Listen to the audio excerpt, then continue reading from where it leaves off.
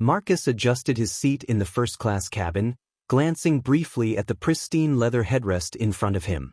He placed his leather briefcase carefully under the seat and flipped open his notebook. The page in front of him was half filled with sketches and annotations for his latest project, a community housing initiative he was passionate about. The quiet hum of the cabin and the distant chatter of other passengers allowed him a rare moment of reflection. Despite his calm exterior, Marcus always carried a certain tension when he traveled. There was an unspoken discomfort that came from being a black man in first class, where the luxury of the space often felt accompanied by silent scrutiny. But he'd learned to hold his ground over the years. He wasn't here to make anyone comfortable with his presence. The seat beside him remained empty for only a moment before a tall, broad-shouldered man dropped into it with an air of entitlement. His tailored suit hugged him perfectly, and the faint scent of cologne lingered as he settled in. The man gave Marcus a cursory glance, his pale eyes narrowing slightly as though appraising him.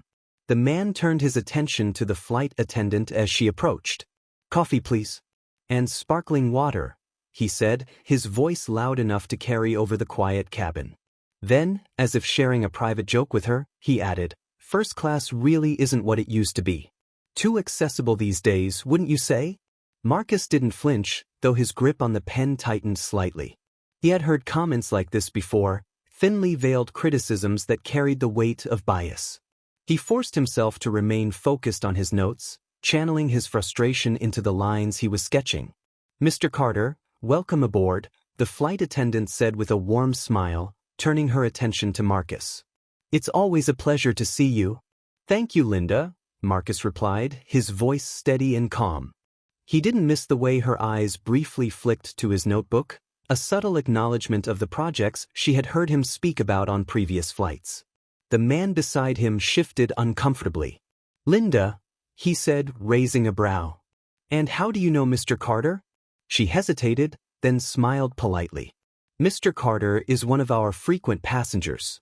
He's been a great supporter of community initiatives, and our airline has worked closely with some of his projects." The man's expression stiffened, though he quickly masked it with a tight smile. "Community initiatives," he repeated, as though testing the words. "That's commendable." Marcus glanced sideways at him, sensing the unspoken judgment. "I like to think so," Marcus said, his tone neutral but firm. The tension between them lingered, unspoken but palpable. Moments later, Linda returned, handing Marcus a folded note. "A message from the captain," she said with a smile before moving to the next row. Marcus unfolded the note, reading the short but heartfelt message. "Mr. Carter, thank you for your continued commitment to improving communities. Your work inspires many of us here at the airline. Safe travels." As he folded the paper and tucked it into his pocket, he could feel his neighbor's eyes burning into him. "Seems you've made an impression," the man said, his tone edged with something between curiosity and skepticism. Marcus met his gaze, his expression calm but unyielding. "I try to let my work speak for itself," he said simply. The man smirked, leaning back in his seat. "And what kind of work is that?" "Architecture," Marcus replied, keeping his tone measured. "Affordable housing, primarily. Making spaces accessible for people who need them the most." The man raised an eyebrow. "Admirable," he said, though the word felt hollow. "But I imagine it's challenging keeping such projects sustainable?" Marcus didn't miss the implication in his tone. "Every project has its challenges," he said. "But when you're driven by purpose, you find ways to overcome them." The man seemed to consider his response, but before he could reply, Linda returned with his coffee and water. He took them with a brief nod and settled back into his seat, his expression unreadable. For Marcus, the conversation ended there, though he couldn't shake the familiar weight of judgment. It wasn't just about the man beside him, it was about the countless interactions like this one, each a reminder of the assumptions people made about who deserved to be in spaces like this. As the flight prepared for takeoff, Marcus focused on his notes once more, letting his work anchor him. But even as the engines roared to life, he couldn't ignore the lingering sense that this flight was only the beginning of a larger confrontation, one that would test not just his patience, but his principles. Marcus tapped the pen against his notebook, staring at the half-finished sketch in front of him.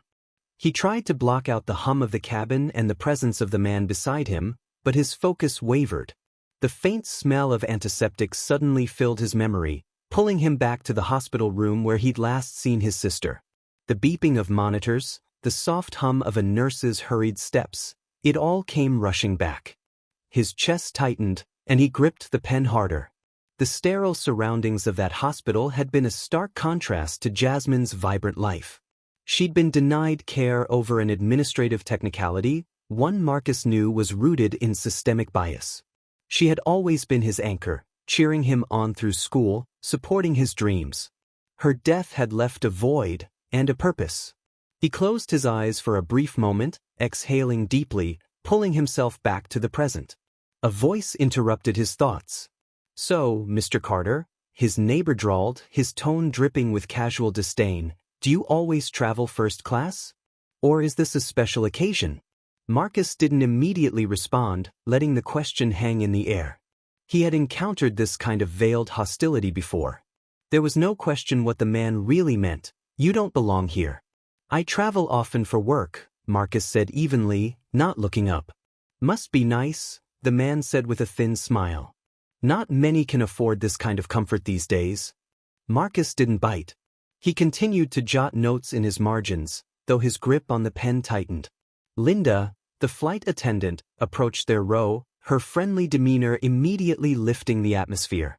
She handed Marcus a glass of water and a small dish of lemon wedges. "Here you go, Mr. Carter," she said warmly.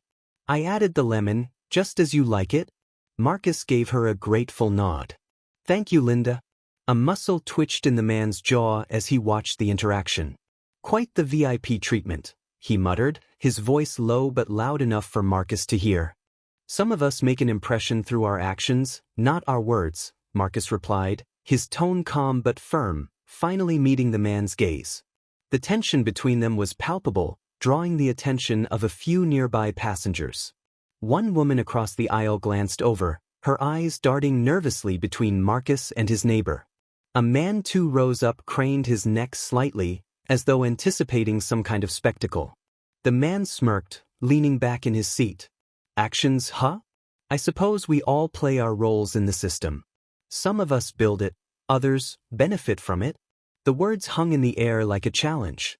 Marcus felt a flicker of anger but forced himself to remain composed. He had worked too hard to let someone like this undermine him. He looked back at his notebook, the lines on the page blurring as his thoughts drifted again. This wasn't the first time someone had questioned his presence in a space like this. He thought back to the day he'd first resolved to fight for change. It was just months after Jasmine's death. Marcus had been sitting in a crowded community center, listening to stories from people who had lost loved ones to similar injustices. A woman, her voice shaking with emotion, had described how her father had been refused housing because of his ethnicity. "They just looked at us," she had said, "and decided we weren't worth it." That moment had crystallized something in Marcus. He'd stood up at the meeting, his voice steady but fierce, and declared that he would use his skills to build spaces where everyone was valued. He had felt Jasmine's spirit with him then, as though she was pushing him forward. Now, sitting in the luxurious first-class cabin, he reminded himself of that day. The hostility of the man beside him was a minor obstacle compared to the battles he'd already fought. "Excuse me," the woman across the aisle finally said, breaking the tension. She addressed Linda, but her eyes flicked to Marcus. "Is there any way to dim the lights a little? It's hard to relax with them this bright." Linda nodded and adjusted the cabin lighting, her movements smooth and practiced. As she passed Marcus, she gave him a brief, understanding look. The man beside him, however, leaned closer. "You've got quite the fan club here," he said, his tone mocking. Marcus turned to him, his expression neutral. "Respect is earned," he said simply, then returned to his notebook. The man fell silent, though his irritation was clear in the way he fidgeted with his tie and adjusted his seat. Around them, the passengers resumed their conversations, but the tension lingered. Marcus didn't care. He had faced worse than this. He knew why he was here, and he wasn't going to let anyone shake his resolve. Marcus adjusted the angle of his notebook, his pen gliding over the page as he refined the details of his sketch. It was a design for a compact, sustainable housing complex, something practical, affordable, and desperately needed in the communities he worked with. The vision of creating homes where families could thrive always grounded him, especially when distractions arose. But beside him, the man in the tailored suit shifted constantly, exuding an air of restless superiority. Marcus could feel the weight of his gaze, a silent evaluation that lingered too long. Despite his attempts to remain focused, the energy beside him was hard to ignore. The man leaned back, drumming his fingers on the armrest, his presence in unspoken challenge. Marcus knew that type well. People who viewed the world through a narrow lens, where wealth and privilege were the only measures of success. He had encountered them throughout his career, doubting his capabilities, questioning his place at the table, or in this case, in first class. As Marcus turned a page in his notebook, his neighbor's demeanor grew more pointed. Comments began to trickle in, remarks about housing developments and the perceived inefficiency of social projects. The words were clipped, laced with disdain, but Marcus refused to be pulled into the provocation. Instead, he let the man talk. The remarks blended into the background, becoming little more than noise against the steady rhythm of his thoughts. Marcus had learned long ago that silence could speak louder than words, especially when dealing with those eager to undermine his purpose. Linda returned to their row with a plate of biscotti and a fresh coffee for Marcus. Her warm smile and kind acknowledgement of his work seemed to spark an edge of irritation in the man beside him, whose polite mask began to falter. Marcus caught the shift in his expression and tucked the moment away. The silence between them didn't last. In a tone as casual as a knife sliding from its sheath, the man mentioned his company's expansion into housing developments. He spoke of properties in Atlanta, areas considered ripe for improvement. Marcus's pen stilled as the meaning behind the words became clear. These weren't vacant plots of land. The areas his neighbor described were neighborhoods filled with families, likely the very communities Marcus had dedicated himself to protecting. The man's indifference was palpable, a calculated assessment of land value stripped of human context. The cabin seemed to shrink around Marcus as he processed the revelation. This wasn't just another arrogant passenger with misplaced confidence. This man, this company, was part of the problem he had spent years fighting against. Marcus closed his notebook, his jaw tightening. It was a quiet, deliberate motion, but one that spoke volumes. His work, his mission, wasn't just about building homes. It was about standing in the way of those who saw people as obstacles, who measured success in dollars and demolished lives in the process. He leaned back in his seat, his mind now focused on something far more urgent than his sketches. This flight was no longer a chance to work in peace. It had become a confrontation with the very system he had sworn to challenge. Adam shifted in his seat, his phone screen glowing faintly as he glanced down at the incoming message. It was from his assistant, brief and to the point. Rumors circulating about backlash on the Atlanta project.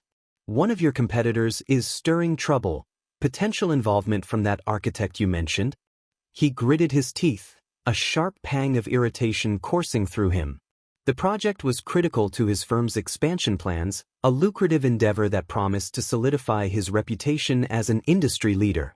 But competition was inevitable, and troublemakers, people like Marcus, were always lurking, ready to complicate what should have been a straightforward business move. Adam's mind drifted as he stared at the darkened screen. He prided himself on being a self-made man. Every piece of his success had been carved out through relentless ambition, often at the expense of others. Deals made in backrooms, negotiations where leverage meant exploiting weaknesses, these were the foundations of his empire. He didn't see it as exploitation. To him, it was the necessary price of progress. The memories of his beginnings came unbidden, flashes of sleepless nights and endless deals that had propelled him forward. He had clawed his way up from a modest background, but unlike Marcus, Adam saw no value in helping those who couldn't help themselves. If you're not strong enough to adapt, he had often said, then you don't deserve to survive in this world. Yet, here was Marcus Carter, sitting just inches away from him, a man who defied Adam's worldview. His calm confidence, the way people respected him, it was infuriating. Marcus represented the kind of success Adam couldn't understand, one built not on power plays but on principle. And worse, he saw in Marcus a threat, someone who could interfere with his carefully laid plans. Adam glanced at Marcus's notebook, the man's pen moving methodically across the page. It wasn't hard to guess what he was writing: strategies, ideas, maybe even plans to block the Atlanta project. The thought made Adam's irritation spike. The cabin around them buzzed softly with the sounds of quiet conversations and the faint rustle of newspapers. But for Adam, the space felt tense, charged with an unspoken conflict. He couldn't shake the feeling that Marcus's presence wasn't just coincidence. Perhaps the man had boarded this flight with more than a casual itinerary in mind. Marcus, seemingly unaware of Adam's scrutiny, continued writing. His movements were deliberate, unhurried, as though every stroke of the pen carried weight. To Adam, it was maddening. He recognized that kind of focus, the clarity of someone who was preparing for something significant. For a moment, Adam considered addressing him directly, challenging him. But he stopped himself. Confronting Marcus now would only give him leverage, make Adam seem insecure. Instead, he sat back, crossing his arms as he mulled over his next move. Adam wasn't accustomed to losing, and he had no intention of letting someone like Marcus derail his plans. The Atlanta project was too important, and no idealistic architect was going to stand in his way. But as he watched Marcus quietly work, a flicker of doubt crept into Adam's mind. Perhaps his competitor wasn't the only one stirring trouble. Perhaps Marcus was more formidable than he had first assumed. The quiet hum of the engines filled the first-class cabin as dinner was served. Plates of carefully arranged dishes were placed before the passengers, accompanied by polished silverware and glasses of chilled wine. Marcus sat quietly, his focus drifting between the food and the notes in his notebook, which he had tucked neatly beside his tray. Across from him, Adam sipped his wine with a calculated ease, his body language exuding control. Breaking the silence, Adam leaned slightly toward Marcus, his voice smooth but laden with implication. You know, success in this world isn't for the faint of heart. Sometimes, you have to make choices, hard ones, to stay ahead. People who hesitate, who get caught up in sentimentality, they usually don't last long. Marcus didn't respond immediately, letting the words hang in the air. Adam's statement wasn't meant to be a conversation. It was a declaration of his worldview, one that placed power and profit above all else. Marcus carefully cut into his food, his mind churning with the weight of what had just been said. Adam continued, his tone casual but deliberate. Take the Atlanta project, for example. It's prime real estate, and yes, some people will have to move, but that's progress, isn't it? You can't let emotions get in the way of what's best for the greater good. Marcus finally set his fork down. His voice was measured, calm, but there was an edge to it now.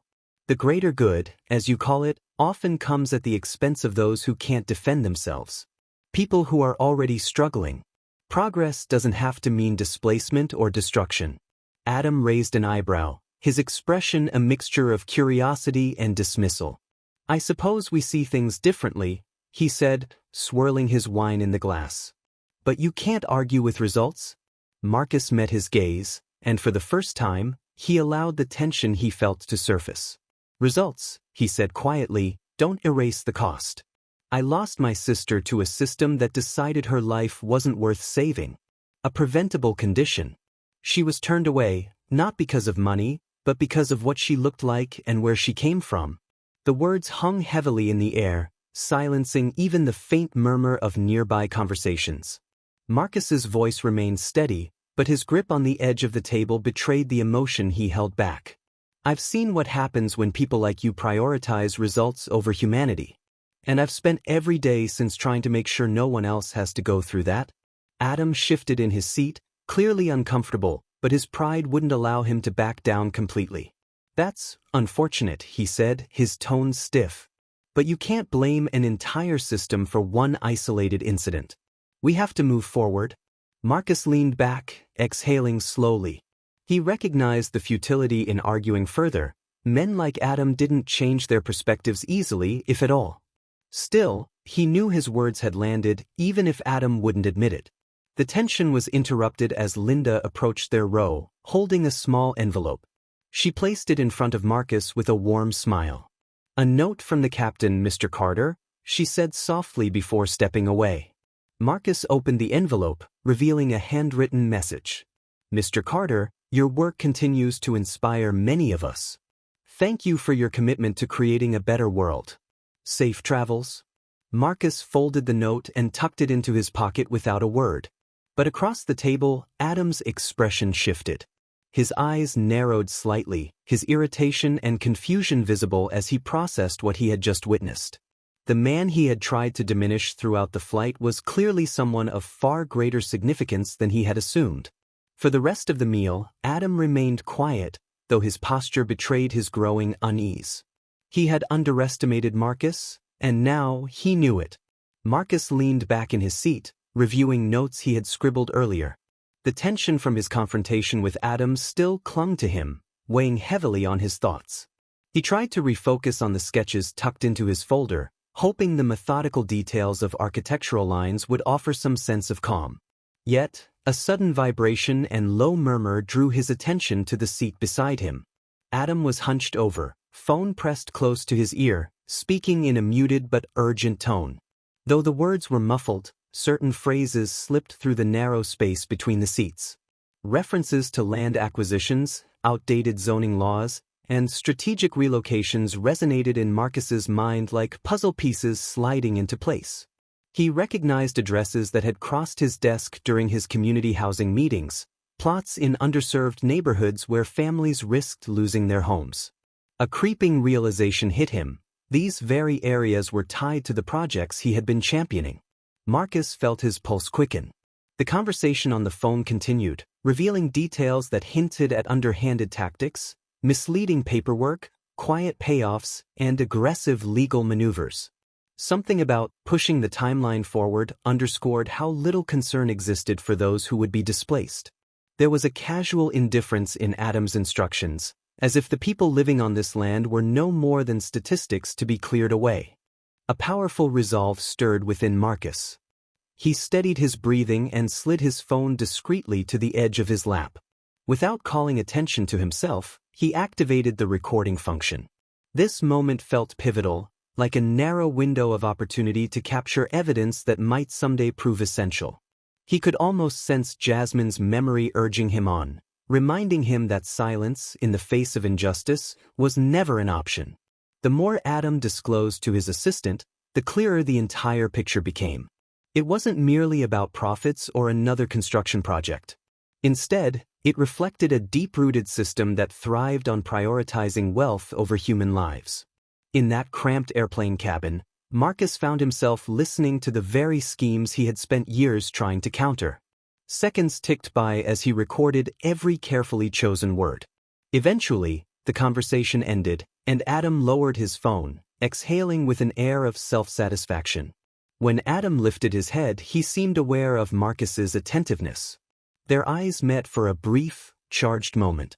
In that silent exchange, Adam recognized the possibility that the knowledge shared in hushed tones was no longer private. A sharp tension settled between them, tinged with suspicion. Neither man spoke, yet the atmosphere was thick with unvoiced challenges. Marcus placed his phone on the tray table, a subtle move that only confirmed Adam's worst fear. The words intended for a single listener had been overheard, perhaps even documented. Inwardly, Marcus felt a surge of both triumph and apprehension. He held evidence that could expose not just Adam's ambition, but a broader network of negligence and exploitation. However, the knowledge also brought danger. Power structures rarely fell without retaliation, and confronting them was never simple. Still, Marcus could not ignore the chance to stand up for those who had no voice at the negotiating table. Adam's gaze lingered on the phone, and his posture stiffened. He understood that a line had been crossed, that the safe bubble in which he conducted his dealings had been punctured. Although he maintained a facade of aloof composure, the flicker of concern in his eyes spoke volumes. Now, each of them knew the other had stepped into a high-stakes game, one that stretched far beyond casual disagreements in the comfortable confines of first class. Adam felt a strange tightness in his chest as he stared at the blank screen of his phone. Every passing minute brought him closer to the reality that his ambitions were under threat, yet he couldn't fully understand why Marcus's mere presence affected him so profoundly. All his life, Adam had believed in the power of self-determination. He saw the world as an unforgiving battlefield where only the relentless survived. He considered himself living proof of that harsh principle, a self-made man who had wrested success from every obstacle. Yet, as he reflected on his encounter with Marcus, he began to sense cracks in the armor he had worn for so long. His mind drifted back to the days when his own aspirations were little more than daydreams. He remembered being disregarded by executives who viewed him as an upstart with no pedigree. Over time, he'd found ways to prove them wrong, by pushing others aside, by buying out anyone who stood in his way, and by cultivating an image of someone fearless and unstoppable. He told himself that these methods were necessary. Yet, a part of him always recognized the emptiness behind the bravado, a hollow certainty that if he ever paused to question his tactics, the entire construct of his success might unravel. Now, as he recalled Marcus's quiet defiance, he sensed a deeper turmoil rising. Why did he resent people like Marcus, who claimed to champion those overlooked by society? Perhaps, Adam thought, it was because men like Marcus exposed the human cost of victories he had achieved so ruthlessly. Whenever Adam encountered individuals driven by compassion rather than raw ambition, he felt the unsettling possibility that empathy could be as potent a force as ruthless pragmatism. That realization frightened him more than any business rival ever had. Meanwhile, Marcus closed his notebook and allowed himself a moment's pause. The conversation he had overheard still echoed in his mind. Adam's words and the confirmation of shady land deals only deepened Marcus's resolve to confront systemic injustices. Yet, in the midst of his anger at the exploitation he'd witnessed, he found himself contemplating Adam's demeanor more closely. Beneath the polished exterior, Marcus detected a strain of desperation, a man unwilling to question his own choices, lest he find himself standing on shaky moral ground. Marcus remembered his own first steps along the path of advocacy. He had started small, speaking at local community meetings about housing rights and the need for equal access to medical care. His voice had trembled at first, but the memory of his sister's final days pushed him beyond any fear. Each conversation had chipped away at his self-doubt. Over time, he learned that sharing grief could become a spark for collective action, and that challenging authority figures took more than righteous anger. It required sustained effort and a willingness to sacrifice personal comfort. He thought about the hardships that had tested his resolve, endless late-night research, public skepticism about his capabilities, and the countless instances of racism he'd encountered while trying to secure funding for affordable housing projects. Each setback had initially felt crushing, yet every time, he'd found a reason to persevere. As difficult as it was, he never regretted choosing empathy over cynicism. Now, seeing Adam's hostility made Marcus realize just how far he had come and how vital it was to keep pressing forward. There was a moment when their eyes met, an uneasy equilibrium in the space they shared. Marcus tried to see the frightened man beneath Adam's outward hostility. He sensed that Adam's scorn masked deeper wounds, feelings of inadequacy and an unspoken fear that his empire could collapse if he recognized the dignity of those he trampled. Marcus knew how anger could corrode a person from within, and he chose not to stoke that fire further. Revenge had no place in his goals. Instead, he resolved to stand firm, to keep building alliances with those who believed in a fairer world, and to speak truths that men like Adam tried so hard to silence. Sitting in that pressurized cabin, Marcus became ever more certain that he did not simply want to thwart Adam's plans. He wanted to shine a light on the flaws of a system that rewarded exclusion and exploitation. Perhaps Adam, in moments of genuine reflection, could learn something from the resilience of the communities he wished to displace. Marcus had no illusions that change would come easily, but he would not respond to aggression with hatred. Instead, he would confront it with the strength of his convictions and the memory of every individual whose life had been undervalued or cast aside. No words were exchanged as both men settled into an uneasy silence. Yet, the shift in their perspectives was undeniable. Adam wrestled with a suspicion that his life's philosophy might have been built on illusions. Marcus silently committed himself to safeguarding the truths he had spent years uncovering. The tension no longer manifested as open hostility, it had transformed into a silent standoff, each man weighing the other's significance in the broader conflict looming ahead. Marcus sat in the quiet corner of the airport lounge, phone in hand, heart pounding more insistently than he cared to admit. The recording he'd captured on the flight had been shared with a prominent human rights organization only hours before. It contained names, land deals, and explicit confirmations that vulnerable communities would be forced aside in the name of profit. Now, major news outlets were picking up the story, broadcasting it far beyond the corridors of corporate boardrooms. He watched as headlines scrolled across his screen, each detailing the questionable practices of a development firm linked to Adam's company. Some articles mentioned an anonymous whistleblower, sparking online speculation about who had exposed the plans. Though no one had publicly identified him yet, Marcus felt certain that soon, more fingers would point in his direction. He placed the phone face down on the table and tried to steady his breathing. Whatever repercussions would follow, he knew he couldn't regret taking a stand on behalf of those who had no seat at the table. Elsewhere in the lounge, Adam paced back and forth, phone pressed to his ear, attempting to manage the rising panic among his associates.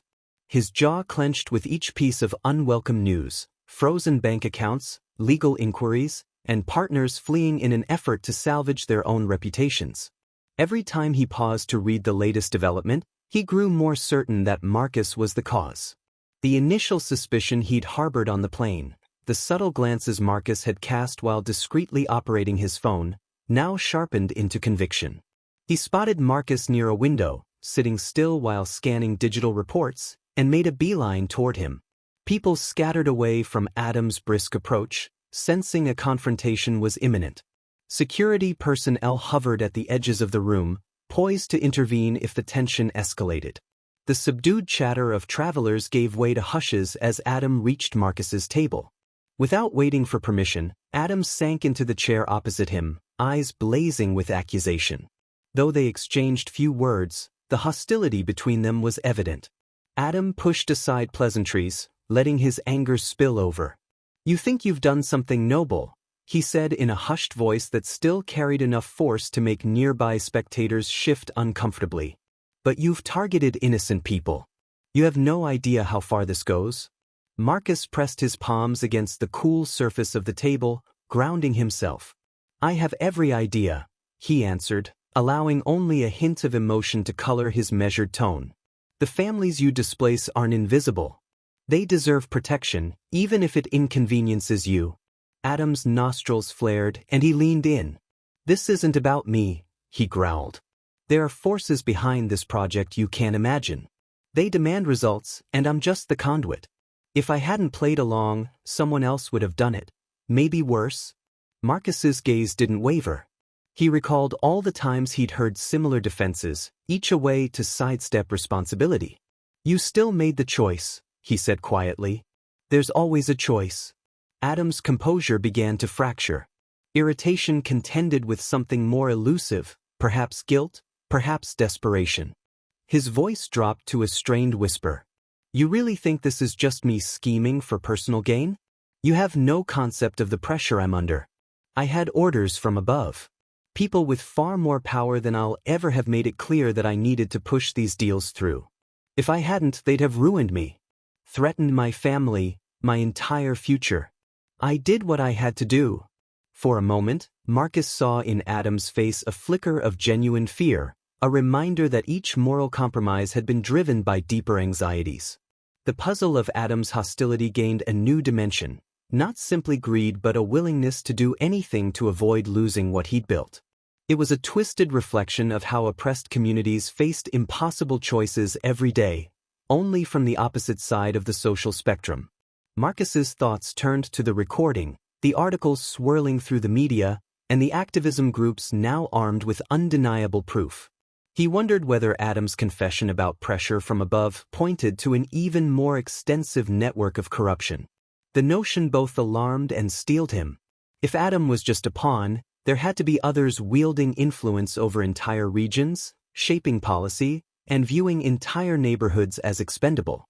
In a measured voice, Marcus said, "Everyone has reasons for what they do. But reasons don't erase consequences. People's lives are at stake, families, children, elders. They don't get to walk away from the damage." Adam looked at him, face torn between anger and a kind of sorrow he refused to articulate. The swirl of emotions in his eyes suggested a man grappling with the reality that his empire might have been compromised from the start, built on alliances he didn't fully trust, under obligations he feared to break. By now, those seated nearby could sense the emotional weight pressing down. A hush enveloped the lounge, a collective holding of breath.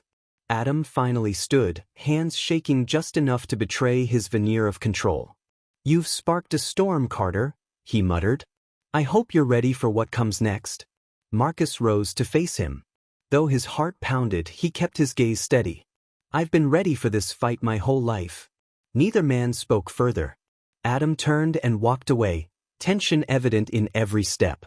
Marcus watched him go, unsettled by the revelation that bigger players lurked in the shadows, pushing men like Adam to commit reprehensible acts. Yet he felt no regret. The truth had to be laid bare, no matter the cost. Leaving the lounge, Marcus thought of the voices still unheard, the communities waiting for someone to stand up against the tide of exploitation. The momentum he'd generated with his actions might be enough to protect them, or it might provoke retaliation from powers more formidable than Adam.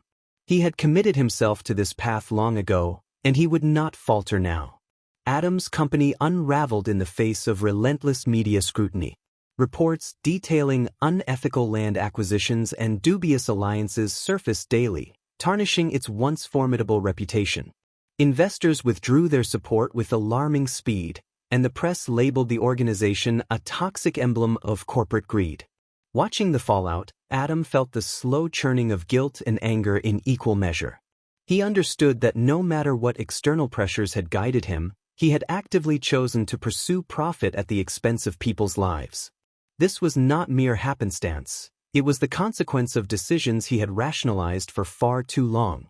Sitting in an office stripped of the usual pomp and grandeur, Adam surveyed the empty chairs and the silent phones.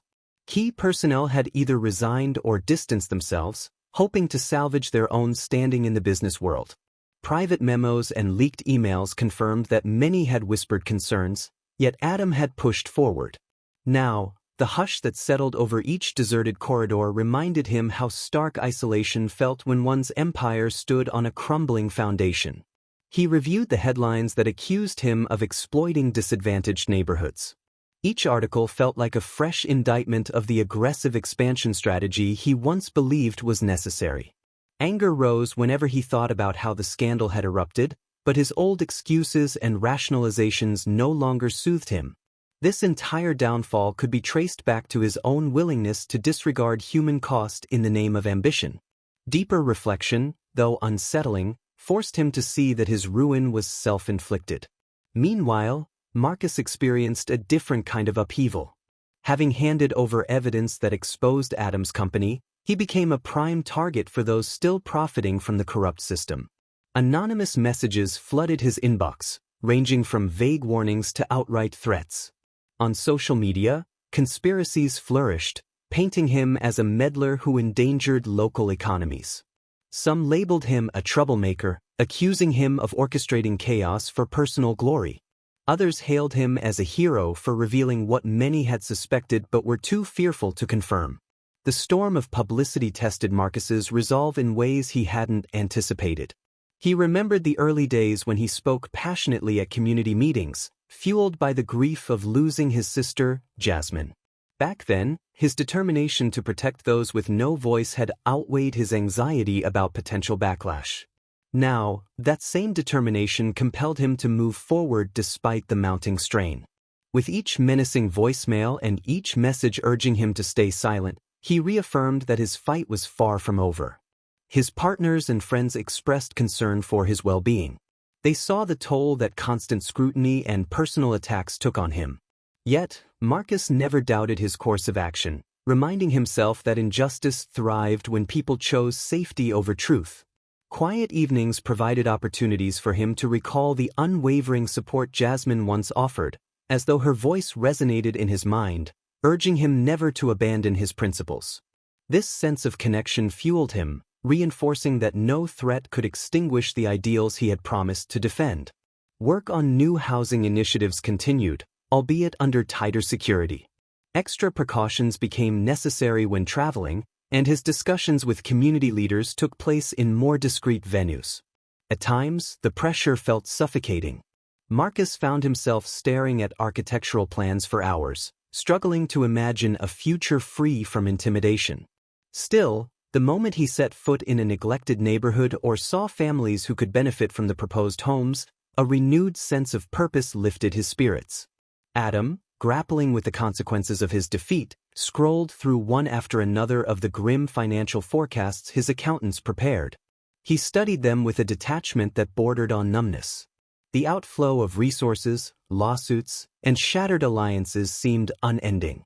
Within this downfall, however, lay the bitter recognition that he alone had invited such ruin. No amount of corporate power or calculated deals could absolve him of complicity in acts that undermined real human lives. In the aftermath of scandal, whispers circulated that Adam might try to salvage what remained, perhaps by rebranding or cooperating with other firms willing to purchase fragments of his holdings. Yet, a subtler shift took place within him. Though resentment still lingered, he grasped that the illusions sustaining his empire had led him to justify actions he now recognized as indefensible. A disquieting honesty took root, forcing him to confront the genuine damage his choices had inflicted on entire communities. For Marcus, external rewards mattered less than the knowledge that people who had been overlooked would finally be heard. Even though he was hounded by powerful interests, he focused on moving forward with his projects. The families threatened by displacement were beginning to see a real opportunity for change, and he could not betray that hope. Balancing a new onslaught of media inquiries, concerned supporters, and his own emotional exhaustion, Marcus placed his faith in the conviction that revealing truth, however dangerous, was worth every sacrifice. Neither man could claim true peace. Adam bore the weight of his choices, while Marcus pressed on through mounting adversity. Their paths, once momentarily intertwined, now diverged sharply. Yet, both reflected on the same central question: what was the real cost of the outcomes they had fought so fiercely to achieve? In the ruin of one empire and the rise of a movement for fairness, that cost echoed across boardrooms and neighborhood streets alike. Marcus stood at the edge of a packed auditorium, surveying the modest crowd of activists, students, and local leaders who had gathered to hear him speak. The event was part of a grassroots conference focused on social justice and community empowerment. Although he had addressed audiences before, this felt different. The people here were looking to him as an example of how principled action could change the status quo. Each face reminded him of the courage it took to stand up against a system that often felt impenetrable. He walked onto the small stage, aware of the hush that settled over the room. A microphone stood at chest level, and to one side of the podium sat a screen displaying images from his housing projects. Evidence of slow, but meaningful, progress flickered across the display: community gatherings, new building plans, and families finally securing stable roofs over their heads. These visuals were not mere testimonials. They were proof that, in the wake of adversity, tangible change could still be forged. As Marcus began his talk, he deliberately avoided recounting every skirmish and setback. Instead, he focused on the principles that had guided him: the belief that ordinary people could unite to hold even the most powerful figures accountable, the conviction that empathy was not a weakness but a necessary force. He acknowledged the memory of his sister, whose life had been cut short by prejudice, explaining how her loss had propelled him to fight for others who might be denied fair treatment. His words were concise yet laden with emotion, carrying the resonance of first-hand experience rather than mere theory. In the back row, a handful of young activists listened intently, scribbling notes as Marcus elaborated on the importance of local organization and transparent advocacy. He described how, after exposing Adam's company, he had faced pressure from shadowy entities seeking to suppress the truth. Calls in the middle of the night, veiled threats, and an avalanche of public scrutiny had followed him everywhere he went. But these hardships had only reinforced his commitment. By the time he finished, the applause was instant and heartfelt, echoing off the auditorium's walls in waves of gratitude and admiration. Meanwhile, in a different part of the city, Adam found himself confronting the reality of a life stripped of prestige. His once luxurious corner office now belonged to someone else, the polished nameplate on the door replaced with a generic plaque. Gone were the lavish dinners and elite gatherings that had once defined him. Instead, he spent his days sorting through legal documents, meeting with accountants, and struggling to salvage what little remained of his personal finances. There were no more illusions to cling to. The empire he had built had collapsed under the weight of its own moral failings. Oddly enough, that collapse forced him to look beyond his past ambitions. Free from the constant whirlwind of orchestrating deals at any cost, Adam found a kind of clarity in simpler routines. He had once scorned manual labor and smaller ventures, believing them unworthy of his talents. Yet, after extended reflection, he began to appreciate the dignity and honesty in working for something that didn't rely on dubious contracts or displacing entire neighborhoods. Volunteering with a local outreach program, he discovered an unfamiliar satisfaction in helping set up youth workshops and distributing supplies to families. Though he could never undo the damage he'd caused, he felt an urge to prevent others from following his path of disregard. News outlets, compelled by the public's shifting focus, started to highlight the impact of Marcus's revelations. Investigative reports delved deeper into the system that had allowed men like Adam to thrive, exposing lobbyists and hidden stakeholders. In many circles, Marcus became synonymous with resilience and courage, though he personally avoided such praise.